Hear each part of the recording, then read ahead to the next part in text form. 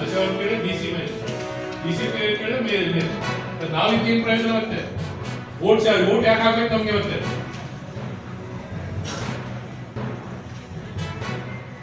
ಎಷ್ಟು one week ಅಂತ ಹೇಳಿದಾರಲ್ಲ, ಯಾವಾಗ 1 ವೀಕ್ ಆಯ್ತಾನೆ ಇವಾಗ 1 ವೀಕ್ ಮತ್ತೆ ನೀವು 1 ವೀಕ್ ಬಂದು ನಮ್ಗೆ ಹೇಳಿಲ್ಲ ಇದ್ರ ಬಗ್ಗೆ. ಇವಾಗ ಮೀಟಿಂಗ್ ಅಲ್ಲಿ ಹೇಳ್ತಾ ಇದ್ದೀವಿ. ಇನ್ನೊಂದು ಹೇಳ್ತೀನಿ ನೋಡಿ, ಆಫೀಸರ್ ನಿಮ್ಮ ಹೆಸರೇನು? ಶಶಿಕಾಂತ್. ನಾವು ಆಯ್ತು ಇಲ್ಲಿ ಇರಬೇಕಿದ್ರೆ ಎಲ್ಲಿ ಆಗಬೇಕಿದ್ರೆ ಪಾರ್ಟಿ ಬಿಜೆಪಿ ಕಾಂಗ್ರೆಸ್ ಜೆಡಿಎಸ್ ಬಂದು ಮೀಟಿಂಗ್ ಹಾಲ್ ಅಲ್ಲಿ ಯಾವುದು ಪಾರ್ಟಿ ಗೀಟಿ ಯಾವುದು ಬರಲ್ಲ. ಇವಾಗ ನಾನು ನಿನ್ನೆನೂ ನೀವು ಮಾತಾಡಿದ್ದೆ, ನೀವೇನಂದ್ರಿ ಸರ್ ನಾನು ಈ ಕಡೆನೂ ಆ ಕಡೆನೂ ಪ್ರೆಜರ್ ಬರ್ತೀವಿ, ಈ ಕಡೆನೂ ಪ್ರೆಜರ್ ಬರ್ತೀವಿ. ನಾವು ಏನಂತ ಪ್ರೆಜರ್ ಮಾಡಿದ್ವಿ ನಿಮಗೆ?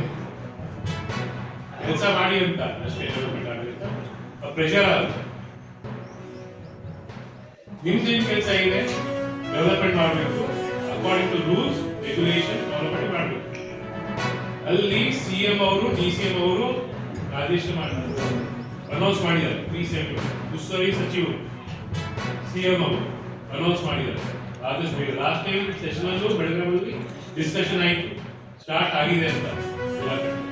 ಸ್ಟಾರ್ಟ್ ಆದ್ರೂ ಇವಾಗ ಸ್ಟಾಪ್ ಮಾಡಿದ್ದಾರೆ. ಏನಂತೀರ?